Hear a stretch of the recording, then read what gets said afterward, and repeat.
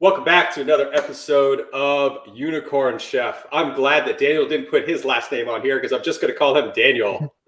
All right, so you all know the deal. Hashtag Unicorn Chef. We love to see you cook and share at the same time with what we're doing.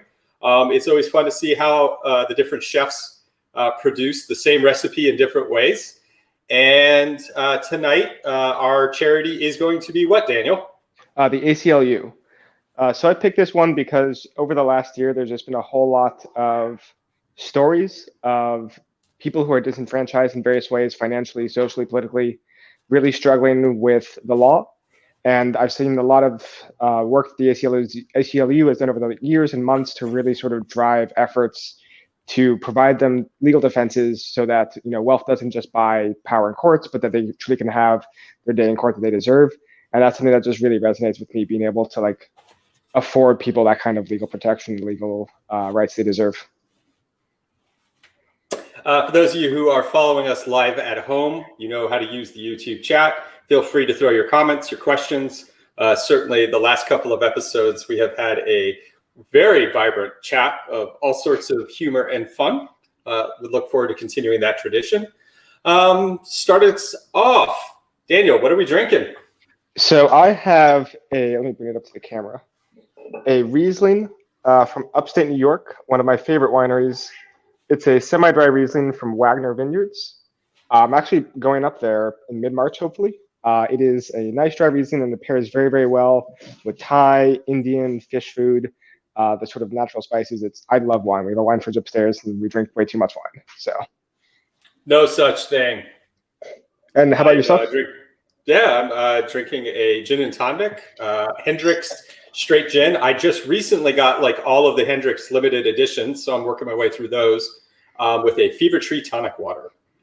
All right, Unicorn Chef, take us away. Let's make some butter chicken. All right, so hopefully you have marinated your chicken the night before. If not, get chopping to it. It doesn't take that long, and you really don't need it to sit that long. Really, you can just have it sit for a few minutes, and you'll be set. But if you haven't prepped it, chop it. The spices are there, the yogurts, just mix it up and have it set for 5 minutes. But we're going to get started on cooking. So the first thing you're going to want is some kind of deep dish. So I'm going to be using this Dutch oven. If you have a smaller skillet, something like this will work. But you want it nice and deep because this is going to be cooking in the sauce. So something that has some depth to it. And we're going to start off by sort of browning the chickens outside and in a hot oil. And that'll sort of get that nice sort of cooked outside. But we're not going to cook it all the way. So let's start by throwing some olive oil in the pan. I kind of just eyeball it. And I'm it says 2 to 3 tablespoons in the recipe. I just like to get it a nice coat, especially with Indian food like this. The more oil, the better, right? So it's butter chicken. Don't go light.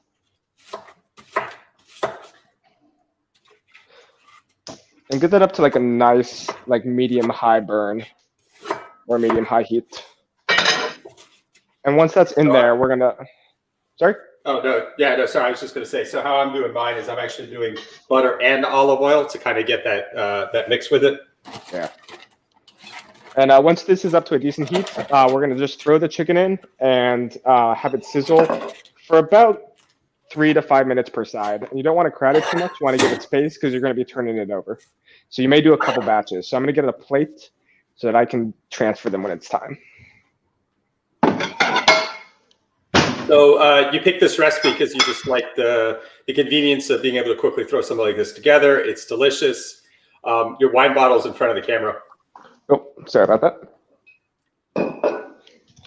Yeah, it's really easy to make. We always just have a lot of chicken on hand. The spices, once you have them, aren't that expensive. So it's a pretty easy dish to just go. And then plus we're gonna make a little easy garlic rice with it while the chicken's cooking. That's also just super easy to make, and it's delicious. So my heat's decent, so I'm gonna start throwing some of the chicken in.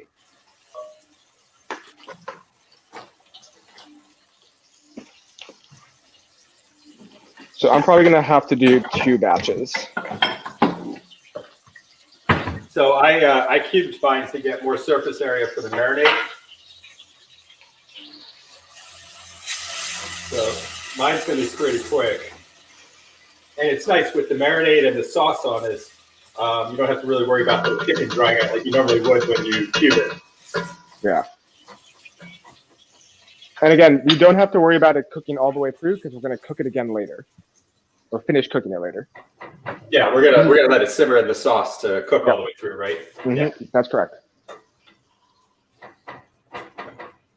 I need to get.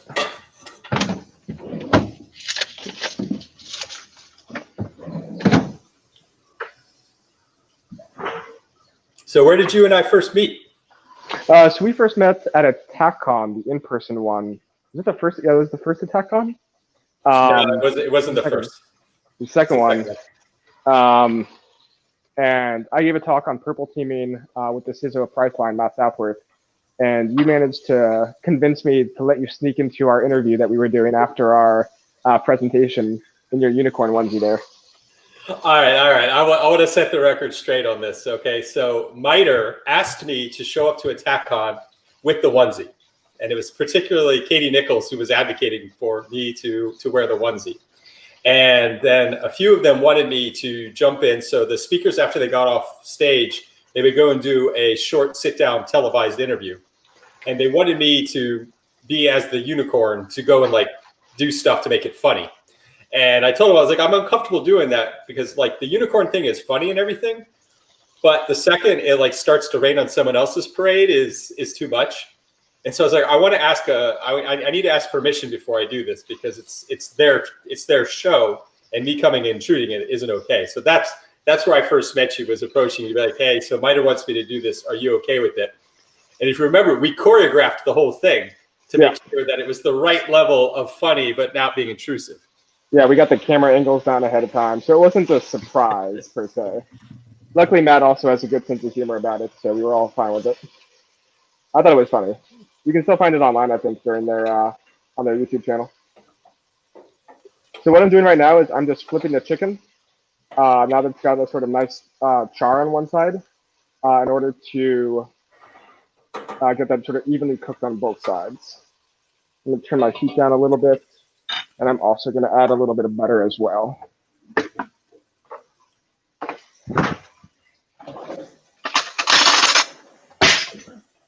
If it looks like it's sticking to the sides, feel free to just add some more olive oil or butter in there.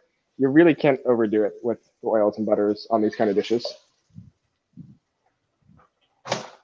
Well, it's going to emulsify in the sauce once we cook that too. Yeah.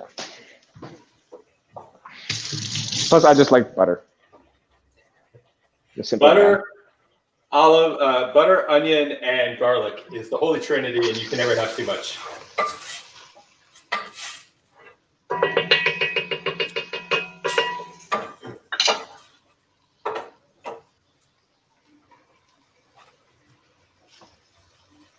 So we were talking earlier today about the current news and events, and despite many things that are happening this week, from the water hack at the Florida water treatment facility to the second day of the impeachment trial, to the fact that there were a couple of cybersecurity folks testifying in the House today around solar winds and talking about what kinds of things government could do about cybersecurity.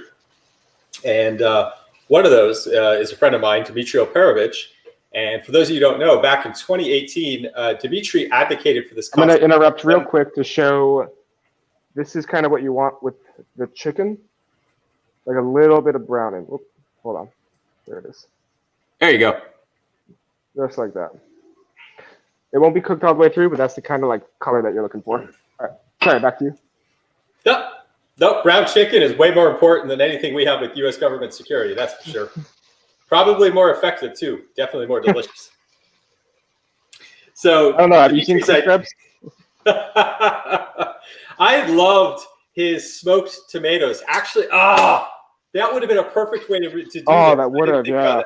Yeah, so I want to do this again. So for those of you at home who haven't seen this, Krebs came on in the summer, and one of his tricks is he smokes cherry tomatoes and then keeps them for the week and uses them in different dishes. And several of these episodes, I always had kind of these smoked tomatoes that I started to follow that trick.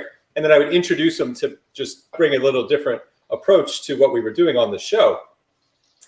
This sauce, the butter chicken sauce, is, a tomato base and would be phenomenal with a smoked tomato puree with it. Oh, I wish I had thought of it. It's funny. I was looking at those tomatoes the other day and I was like, I need to smoke these, but what did I make them with?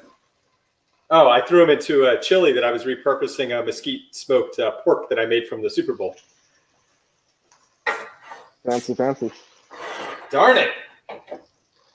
Hey, we'll have you come back next time and do this again. All right, I'm always down for more butter chicken. So I'm just putting them onto my plate now, and I'm going to be putting the second batch in as well as a little bit more olive oil and butter. So you were talking about the testifying on the Hill? Yeah, so his thing about 11060 is he calls it's about breakout time. And it's the fact that once an adversary gets in, they're immediately looking out, how do I get from the box I'm at to where I want to go? So I think a lot of folks who don't work in offensive security don't know is hackers are not omniscient. They don't necessarily know where they've started. They just know they're somewhere of interest, and then they start to try to figure out, how do I get to someplace great? And so that's the breakout time. And so the Dimitri's hypothesis, which is what he was testifying to Congress on today, is that federal agencies should be looking at this same perspective with taking, again, going back to what Daniel was talking about with his Purple Team talk with the Priceline CISO at AttackCon a year and a half ago, to not just looking at how do we improve detections, but how do we also look at that response time to see, and then how quickly can we contain?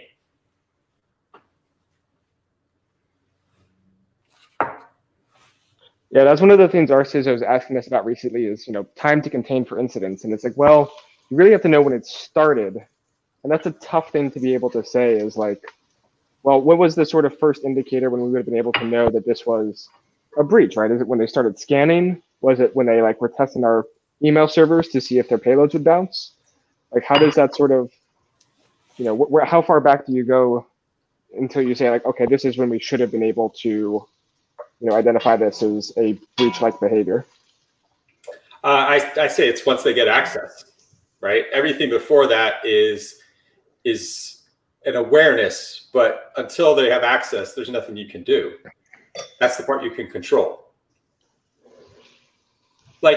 Talk through how you did the Purple Team with Priceline.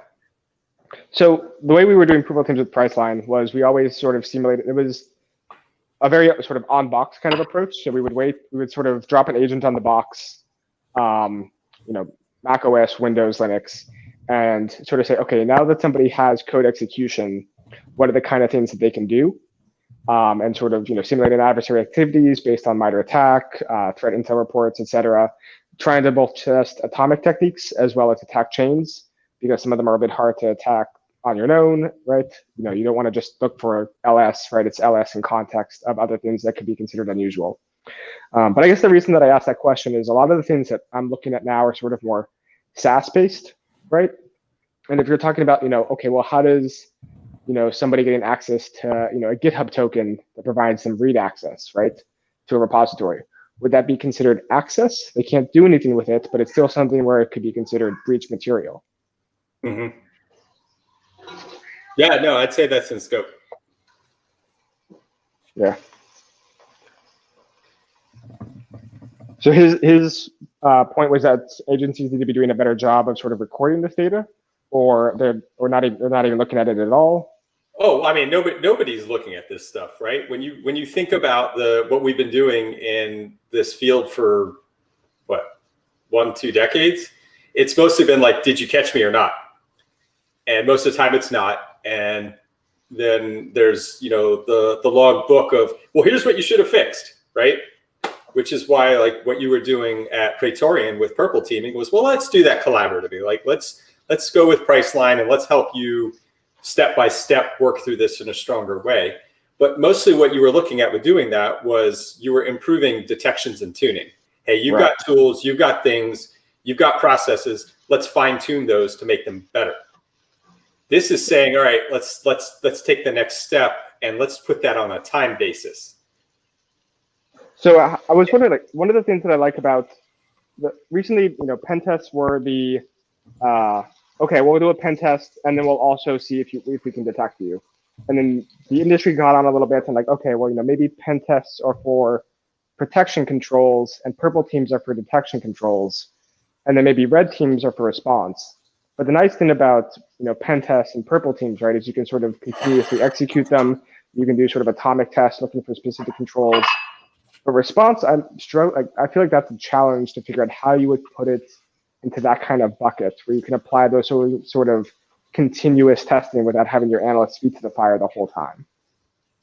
Yeah, well, so I don't know that it's feet to the fire, and certainly there's always that balance of op tempo, right? Like I can't continually be training because otherwise I'm not doing my job. But there is a way, I think, to introduce like a low level grade of that. That's kind of always, not always, but potentially always there to do that. And then taking it back to the purple team aspect, I think you can kind of do it more like a game where you like start and stop the clock to see those things. Yeah, but then people like when we were doing red teams and somehow it would leak to the analysts if there was a red team, they always would step their game up. Their false positive rate went through the roof because now everything was an incident. So it feels like there's a bit of a challenge there because of the humans being aware of it sort of changes the dynamics of the game. Well, all of the humans don't need to be aware. I guess that's true, yeah. So we got a question from the audience. What kind of pot is that? So this is a Le Creuset Dutch oven. If you ever want one of these, go to an outlet mall. There's a few outlet malls that actually carry Le Creuset, and it's like pennies on the dollar. So like this retails for like $700. We got it for like $250 because there was like a scratch on the lid or something. There's one in Charleston, which is where we got this, and I think there's one in Florida. But yeah, definitely would love this pot. We use it way too much. I got my Le Creusets from thrift stores. Even cheaper. Yeah, even cheaper. So if you're following along, we just finished up the chicken. So that is sitting there. The stove is off. I'm going to cut the onion now because we're going to get that sizzling real quick. I should have done that earlier. So I'm a bit ashamed of myself because I thought I prepared and wouldn't have to show off my cutting skills on camera. That's why I prepped my chicken last night. Why are you intimidated by doing your cutting skills live? Oh, because I'm like a stabber. A stabber? You stab your chicken? Or you stab your onion? I need to see this. I'm not a good. Oh, we gotta see it. We gotta see it. I need to see you stab onions. I have about 3 different scars on my hands from various knife injuries from cooking. Well, the first one I was trying to open a set of knives with knives. That got me a little scar. The others were just sort of little slices on fingertips, stuff like that.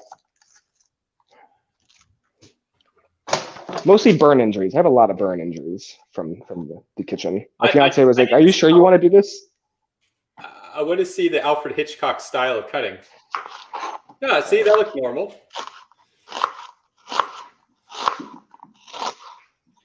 So you don't need to get it too good because we're going to be blending these onions. So don't worry about getting them quite diced. Just sort of like cut enough so that they'll cook decently well. We call that rustic style. Rustic? The way I cut or the onions? No, the cut. That's what I call it. It's my own made up term for, don't worry about it. Just sort of eyeball it, cut it loosely enough and throw it all in and it all works out.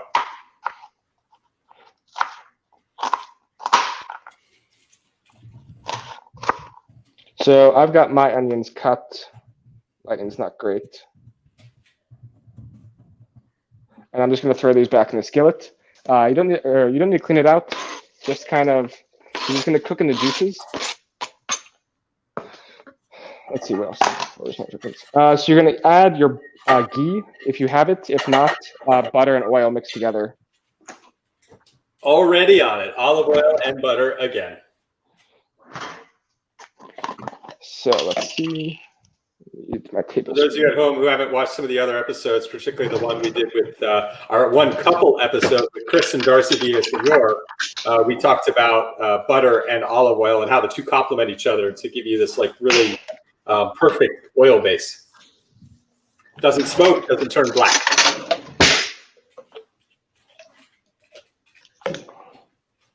So if you're ahead of me, you can get your onions frying. It's going to take about 5 minutes.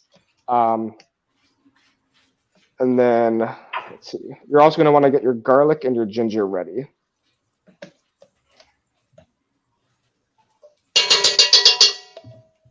Yep. So what I was just saying, Mike, it's about you're going to get a higher smoke point by putting the two together. And then you also, the butter, if you do just straight butter at a high temperature, which, I mean, we're not doing a high temperature here, but the milk in it actually turns black. Oh, that sounds nasty. It's fine. It just doesn't look as nice, but you put the two together, you get a higher smoke point, and the milk solids don't burn. Okay. I didn't know that.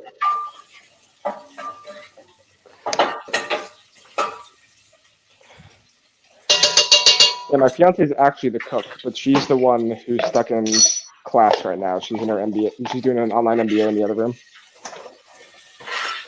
It's actually supposed to be How long in until person. she graduates?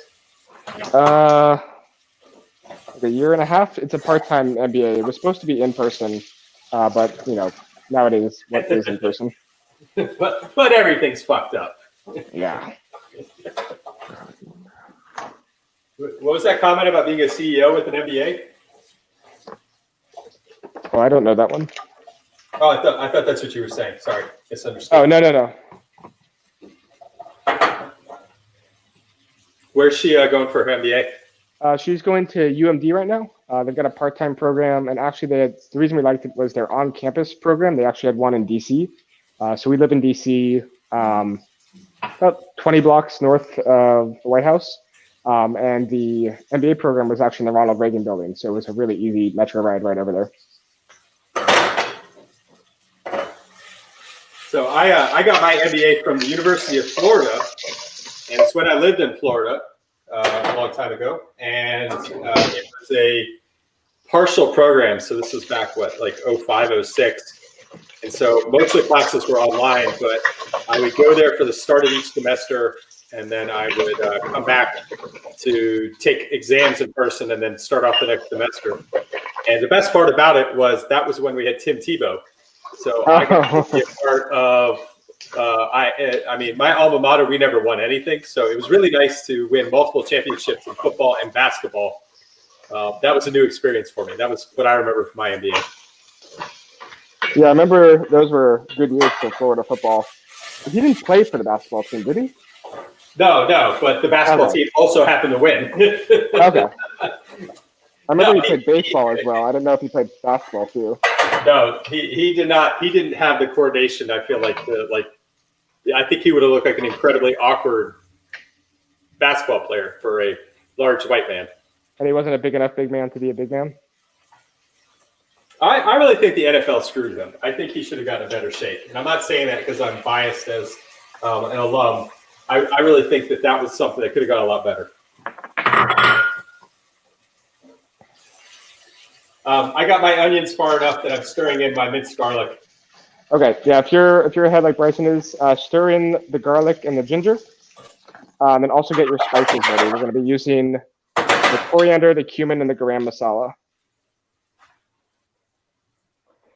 Out of curiosity, so why ginger paste versus like ginger powder or raw ginger?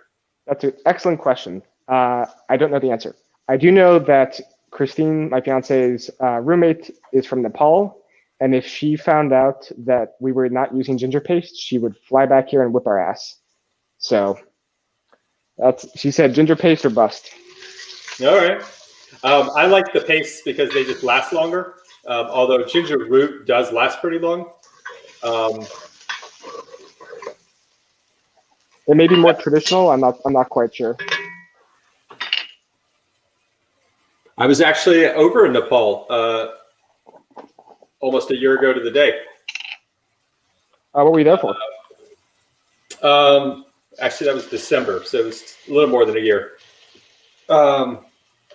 So the ICS Village, we were in Kuwait to do an industrial control system conference there. And then after that, we had several other stops at different places around the Mideast. And then Tom and I took a couple of days. We were like, all right, well, we're already all the way over here, which took forever to get here. What should we, what's nearby that would be fun? And we looked at India, Turkey, Oman, and Nepal, and we picked Nepal. We went How was it? a couple of days. Very poor and very dirty. Oh. But it was really fun to wander and see like all of the temples and all the things. We took a flight by Mount Everest. And my favorite thing, since this is a cooking show, is I went and ate momo, which is the regional like dumpling, everywhere. Oh, yeah, I heard about those. They look amazing. I ate it everywhere. I think probably my favorite place was there was a family. They had this, they lived in a room like right off of this alley, and they had like a Bunsen burner to make these. And I went in there and I paid them, I don't know, 70 or 100 of whatever the Nepalese money was. And I just had like a little styrofoam thing of momo right there in the alley. I love it. Momo, oh my gosh, I ate it every meal.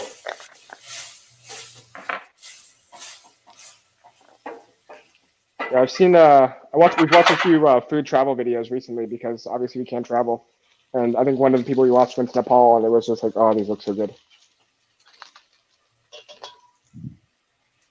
Yeah, but the country is incredibly poor. And one of the things that was interesting, so there are almost no cars in Nepal. I mean, there are some, but it's mostly motorcycles. And the reason for that is that the taxes on cars in Nepal are something like 280%. So you can't afford a car pretty much. Yeah, I know, it's crazy. This is what we were told. Crazy. Unless you can like afford the taxes or afford to pay somebody so you don't have to pay the taxes. There's probably a certain level of corruption there. I don't doubt it. All right, so I've added my spices. I'm now adding my crushed tomatoes, or if you're fancy, your homemade smoked crushed tomatoes. Definitely going to do that. But for now, I just have my can of crushed tomatoes.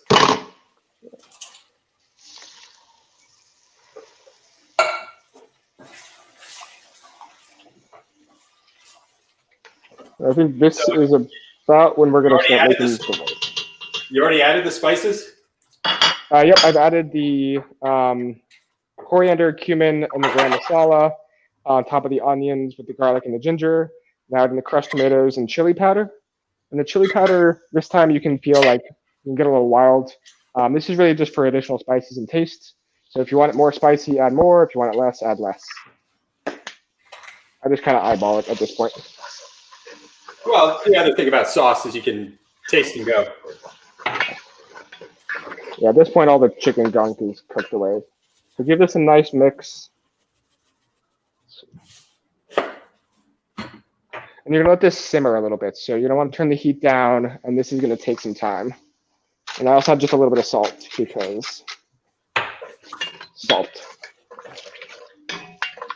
I'm not adding the sugar yet? No, not yet. That's towards the end. Okay. All right. So I was looking at sides to this because you kind of need a side. I found a cool recipe for, I'm blanking on the name, the flat Indian pita. Naan. But that took like 6 hours. So we're going to go with a really easy rice recipe. And I don't know how to make rice. I just make rice. So I defer to however you all want to make your rice. I'll tell you how, and then I'll take the flame in the chat for how I make it. It can't be as bad as the instant rice we had as an entire episode 2 weeks ago with Rob Fitzgerald. Oh, just instant rice? I mean, he threw like fish on it or something, and maybe like broccoli as a vegetable, and it was hard to tell. It was hard to watch. It was also hard to eat. So I added 2 cups of rice. I'm using brown rice because I'm out of white rice. I would use white rice if I had it. I'm just washing it, which means that you put some water over it. Doesn't matter how much. Give it a little swirl, and it'll get nice and cloudy and murky. And then you're going to want to try and drain as much of that as you can.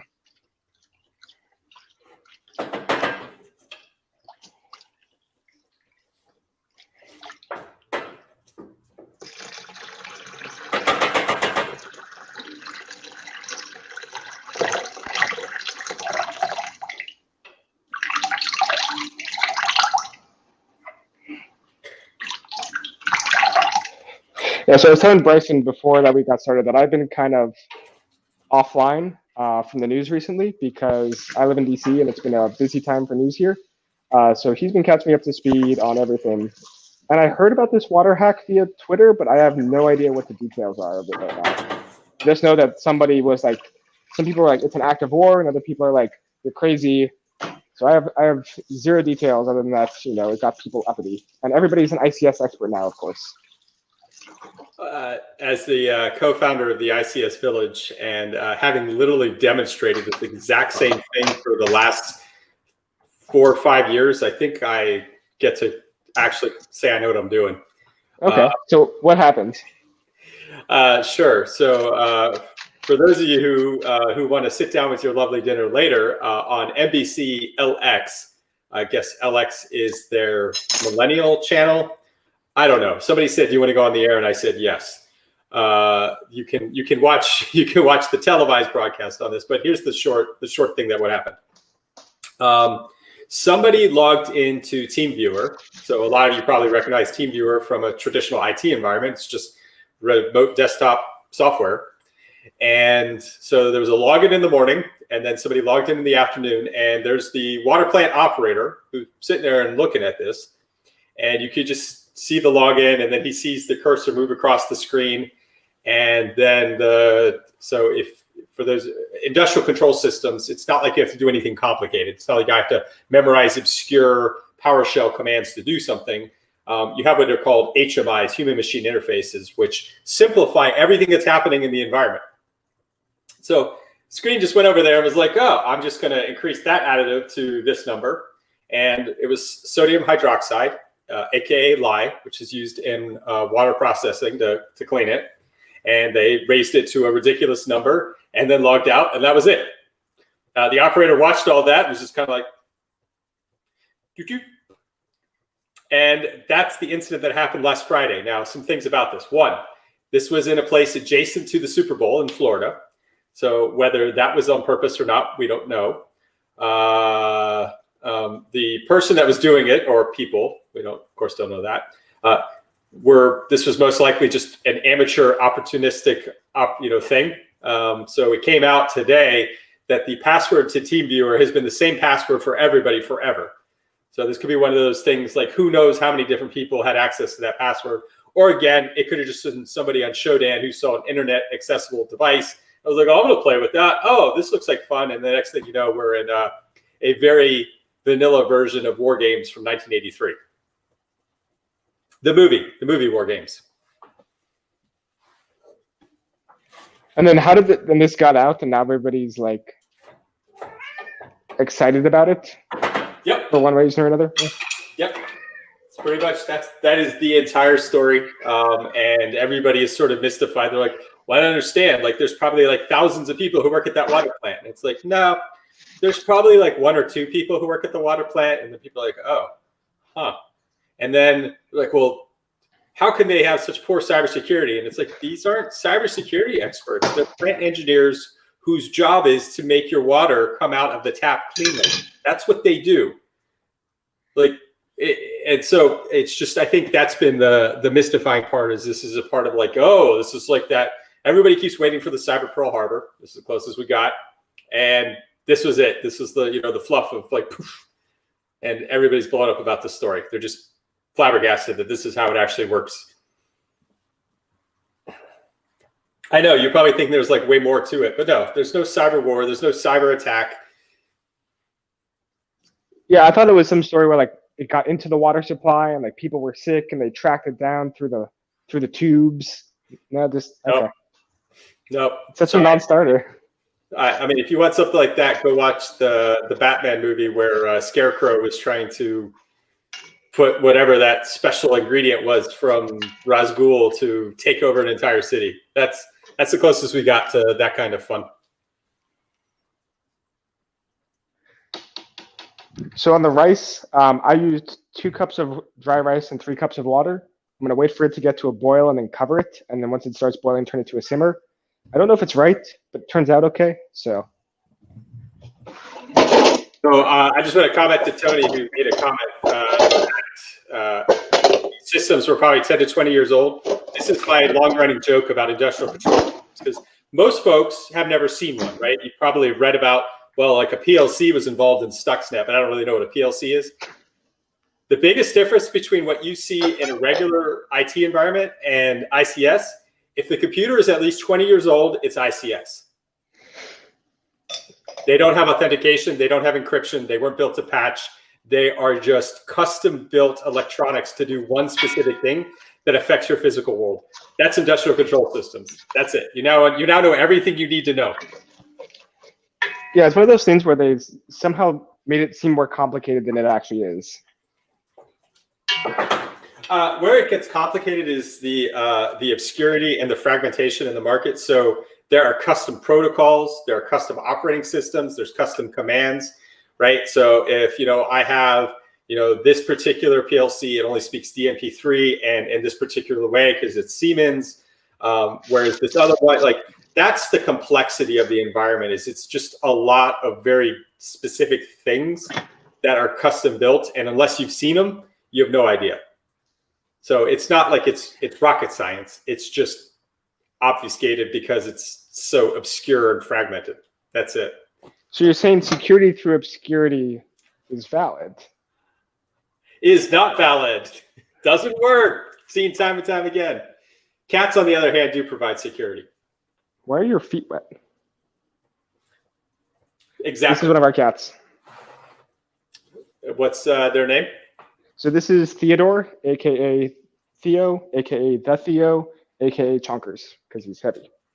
Oh, I thought that was going with like a Teddy Roosevelt reference at the end there.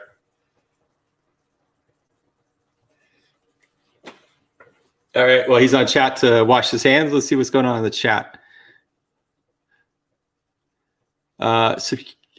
Steve, I assume your joke about obscurity with satellites is a reference to the 7 O days that Grim dropped a week ago. Cook the cat. No, Mike, we're not cooking cats. So if it has creds, it is an ICS. Actually, you know what? I hadn't thought of that. Kai, I think you're right on top of it. That is probably very accurate. Yeah, Mike's an idiot for those of you in the chat. I hope you know that. He's here for comic relief. Just keep laughing at him.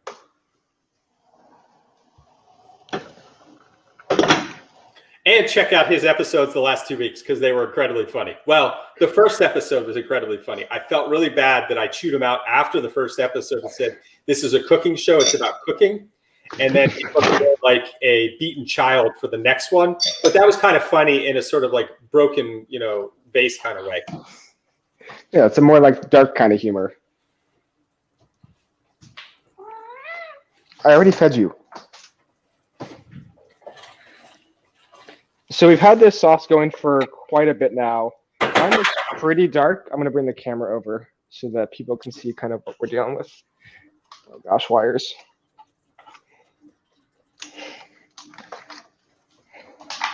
I don't know. Right now I'm getting a Blair Witch vibe.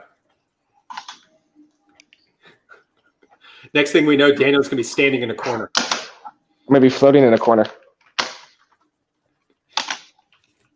This was a bad idea in retrospect, but I've come too far to give up. Oh, that was a flying knife.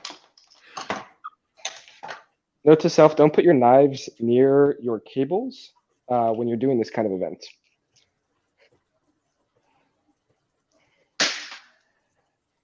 There's only like 2 cables here. I don't know how the screen went black.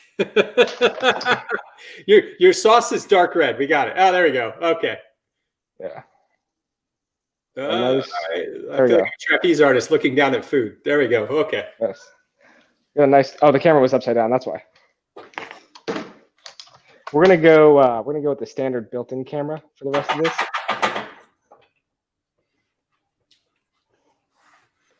So that way I don't have to do any more shuffling. People are concerned if you were being attacked. Is the assailant been removed? The assailant has been removed. They were short, fluffy, and orange. So the next step for this sauce is we're going to blend it. So we're going to put it into a blender. So if you have a blender available, excellent. And you're just going to sort of puree it. You're going to want to get it really nice and smooth. If you have struggles getting it sort of pureed, Feel free to add a little bit of water because that's all going to boil off in the next step. And I'm going to mute myself when I do this because it gets out. I think that is a great idea. This would be a really funny part if we also like saw the camera spin around like it was being blended.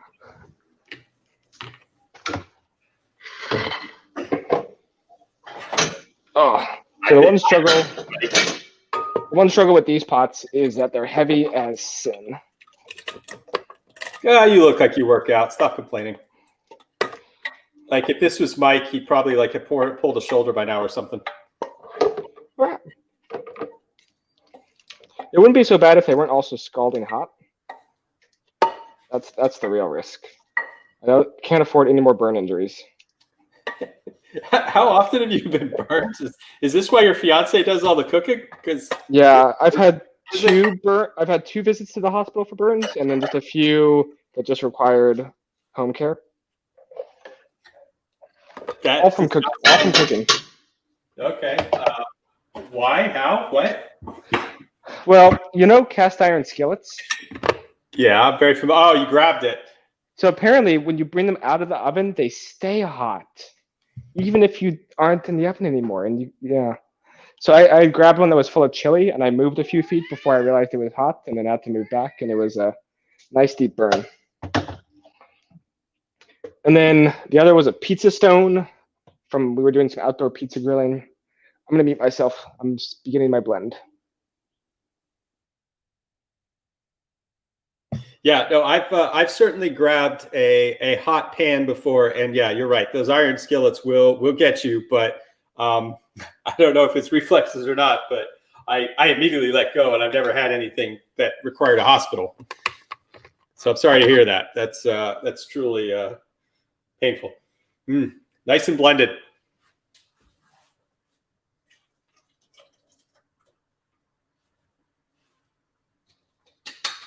Does anybody else, when they blend these kinds of sauces, like feel really bad about the like little bits that are left and don't come out? Like, I feel like I'm being robbed.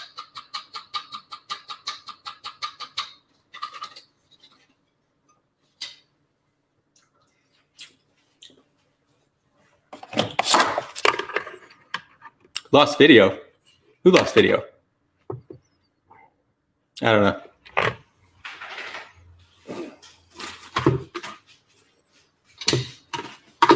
If you can't see us anymore, it's you. We're good. Or blame Mike. That's what we always do.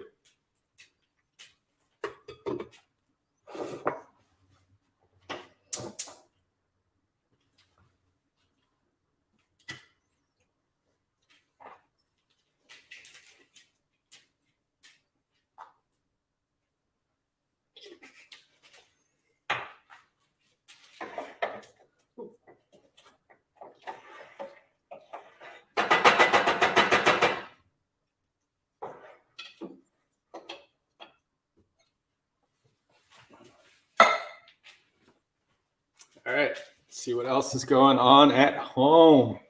I do. I blame Canada. You can't blame the Canadians. Those are the nicest people on the planet.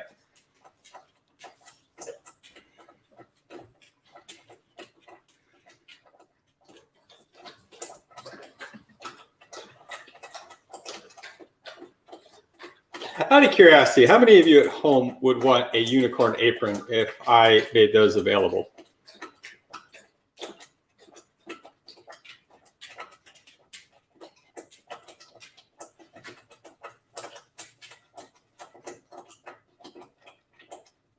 That's right, Mike. I forgot you were Canadian.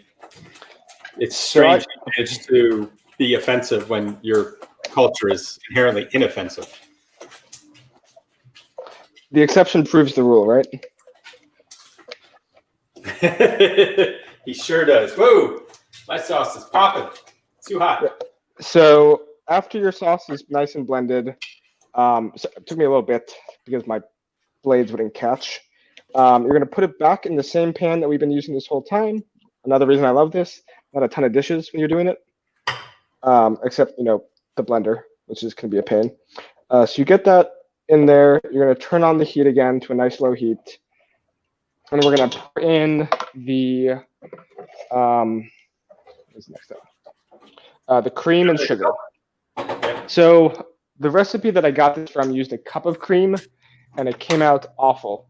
So what I like to do is I start with a tablespoon of cream, and then add more, max one more tablespoon as needed, to get sort of the right consistency. So I'm adding a tablespoon of heavy cream and a tablespoon of sugar, or just like an eyeball tablespoon of sugar.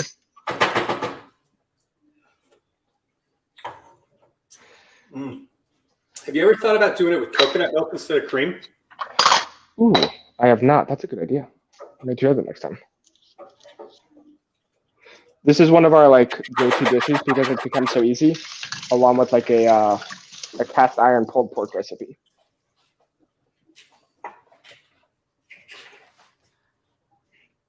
So once you have that sort of like lightly cooking, you're gonna add the chicken back in and stir it up, and then you're almost done because that's just finishing up the cooking process.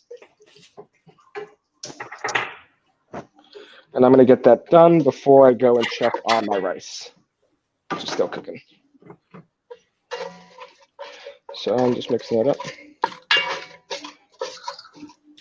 And I don't know about you, but I'm getting pretty hungry. Yeah, no, it's the part of the episode where I'm always like, all right, it's been fun. Go get to eat.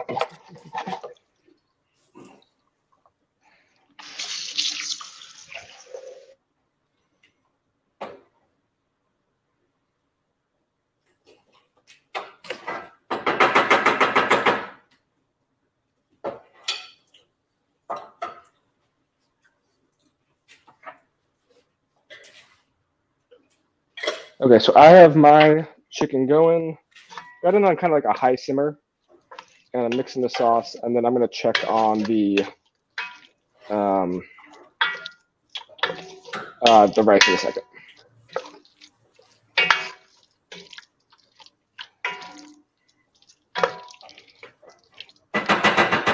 And for the rice, if you don't want to, you can just sort of like call it done when it's done. But I'm gonna fry it with just a little bit of garlic because it adds a nice flavor when paired up with the chicken. How are you going to do that? So just getting like a large pan, some minced garlic, heating up the minced garlic in some oil, and then putting the cooked rice on top. It just gets a little bit of a fry and a little bit of a garlic flavor. Just a nice little way to spice it up.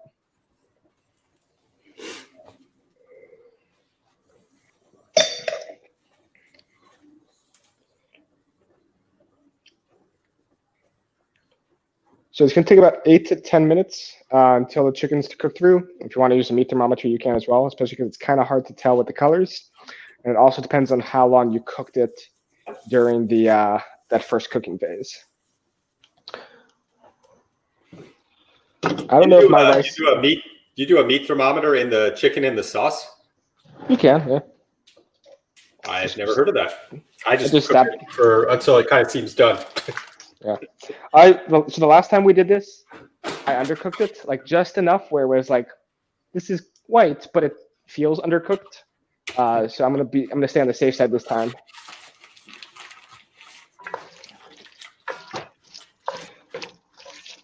So my sauce is still not quite as thin as I would like, so I'm going to add a little bit more of the heavy cream.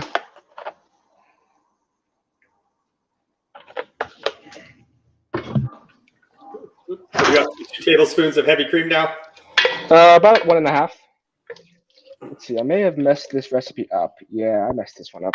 Oh boy, on camera and everything. So I did not, if your sauce looks grainy, you didn't blend it long enough. So I don't think my sauce is quite pureed enough, so I'm gonna have a crunchy butter chicken because not all the spices and onions are going to be a bit thick. And I'm also not going to get quite the level of like sort of creamy, milky consistency that you would expect from a butter chicken. So that was my error. Should have really been a bit more patient with the blender. Have you ever done different meats with this? I have not. I saw someone said they were going to do like a sausage.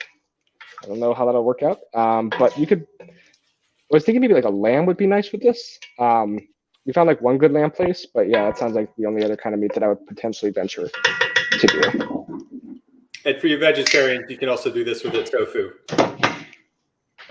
For sure. I am not a vegetarian, and I would not do this with tofu.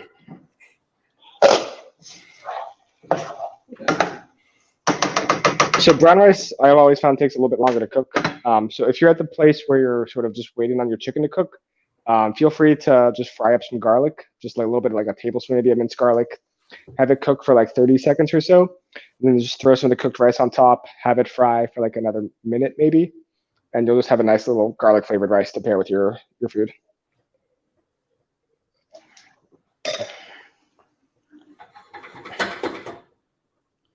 All right. Yep, my rice is almost there.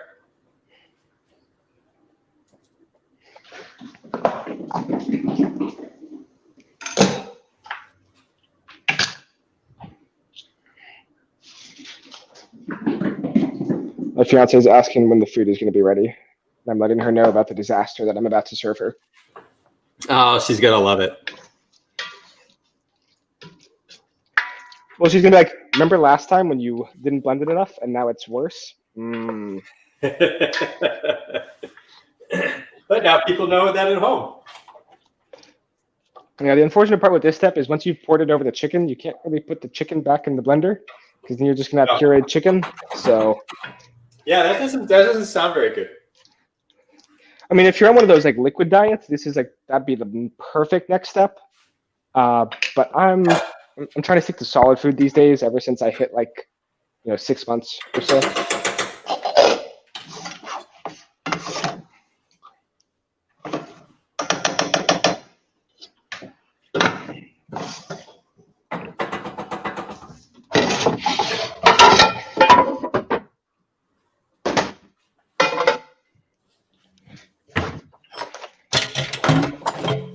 So I'm almost done with the rice. So I'm just prepping my pan with a little bit of vegetable oil. I'm gonna grab some garlic. Yeah, I'm pretty much ready to plate whenever you are. You probably should start without me. I think my rice still has quite a bit to go because of the. Oh, I can't do that. I have to plate with you. Oh, you have to wait. That's terrible. Yeah, no, it would. I think that would be a poor show if poor showing if I started eating while you were still cooking. So not only are you waiting, you're gonna show off your better looking food in front of the camera? No, we're gonna take a picture together. Oh, okay. Oh, of us. Gotcha. Yeah, of us. I'm not gonna make garlic fried rice, so I'm just gonna do plain basmati rice with my sauce. Yeah, the other dish I was considering making was a poke. But then I realized that getting sushi grade fish may be hard to find for some people. Yeah. But it's also like one of my it's delicious. I love making it myself these days. I thought like the places you go to were great, and then like I can just go to the grocery store and it tastes like twice as good for half the price. I have never made poke, so maybe when we have you back on the show, we'll try that. Do something a little different. Yeah. There's I'm lucky enough to have like a little Asian grocery store 6 blocks away that I didn't even know existed. That happens to carry sushi grade raw fish.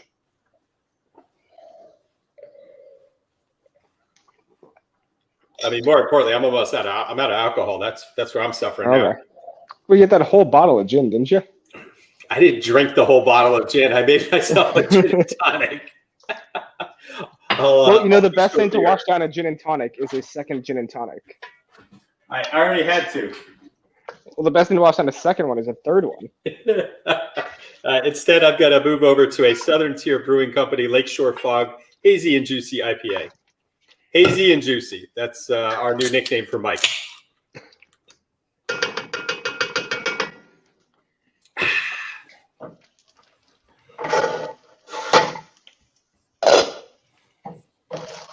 So my rice is done. So I'm going to move that over, get the garlic a little cooked, and then I'm going to throw the rice on top. And my chicken's probably almost done as well. Kick the heat up on that. So you got it right if your sauce is almost creamy, kind of like butter chicken. Mine, I'll try and show off once it's plated, is more like a try to come up with a good acronym. It's very it coats the chicken, so it's more like a. Remember when the chicken was sort of sitting in a sauce? It still looks like that. There's not that creaminess that you would expect for a butter chicken. I'm sure it'll still taste good. It's just gonna be a little grainy, the sauce. One, it will taste good. Two, we don't have to taste it. And three, it's going to be fine. Well, I had a teacher in high school who always said, learn from my mistakes, they're less painful. So I will continue on that recommendation and say, learn from my mistakes. They don't taste as good. I'm sure it's going to be delicious. I'll also devour it, but it could have been better. Life is good, but it can be better.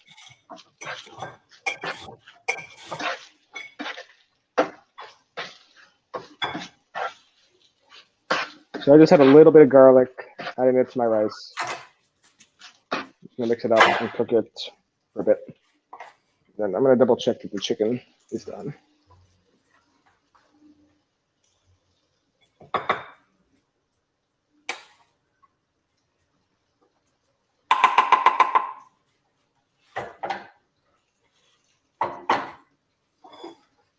Mm.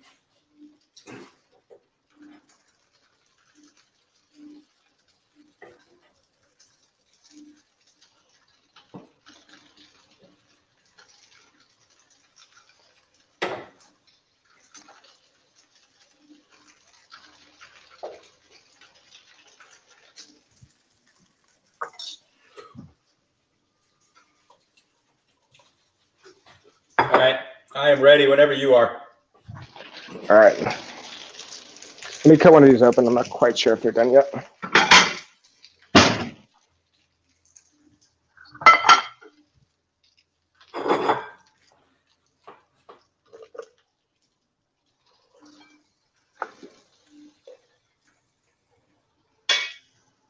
If not, I'll still plate it so that we can have people who are watching go eat.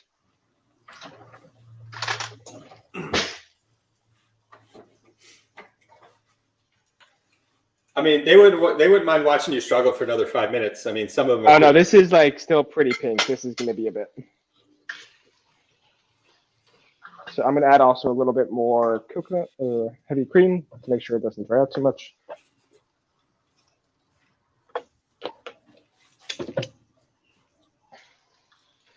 Obviously, I've never had it take this long to cook, so it's just sort of the curse of the camera.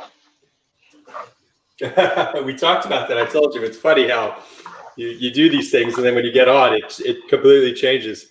I really appreciate you coming on. I know it's fun and a little anxious at the same time to do it for the first time. Next time you'll be a pro. You'll be Emil Lagasse. For sure. Just boom. I'll be Gordon Ramsay in here. All right. Well, I mean, we already have one idiot sandwich. British Gordon Ramsay, not American Gordon Ramsay. Oh, okay.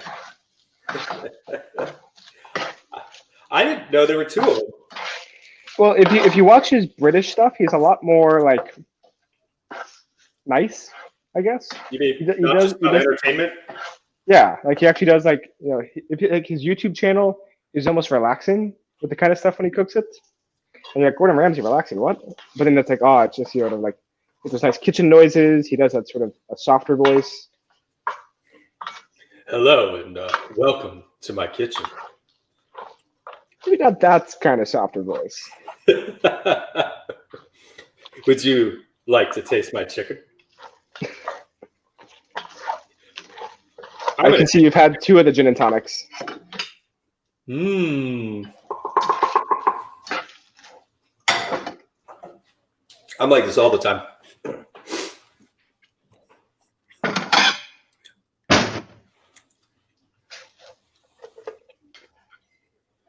So at least the garlic rice is done.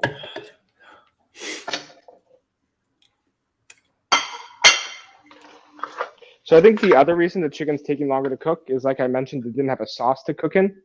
So that's my theory for why this is going a bit longer than I had timed it out. That makes sense. Also, like a watch pot never boils, and you're literally watching it the entire time. So it's the same principle. Yeah. Just taking longer looking at it. The pressure is building.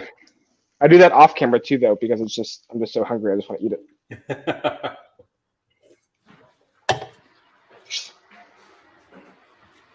Well, I gotta say, it tastes pretty good. Yeah, I'm like almost there. I'm not eating it. I'm just repeatedly sampling it so that it's okay. Yeah, you got to make sure that it stays fresh, right? Mmm.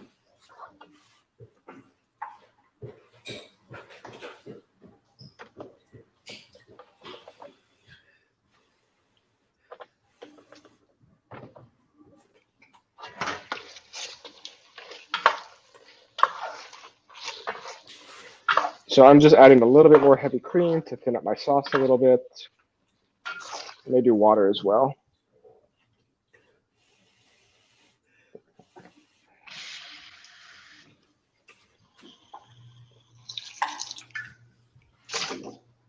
Well, for those of you at home, don't forget, hashtag Unicorn Chef. Share what you're making with us tonight. If you make something else on your own, tag us.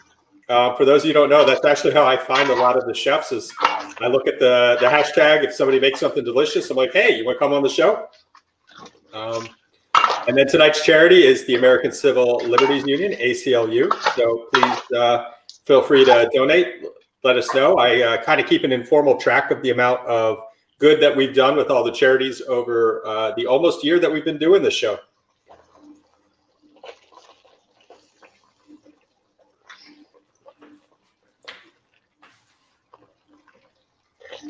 Yeah, this looks like it's probably done at this point.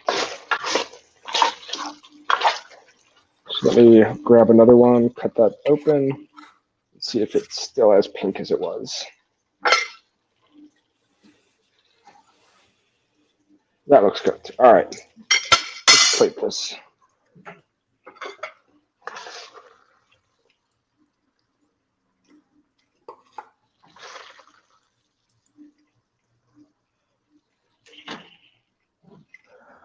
All right, how's yours going? Ready? I'm already plated. I'm good to go. All right. So for a little extra fun, I cut up some raw cilantro to dress mine. I did not cut up raw cilantro. I was struggling to get mine cooked. All right.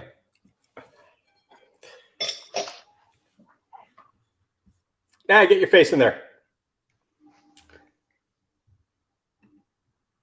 All right. Daniel,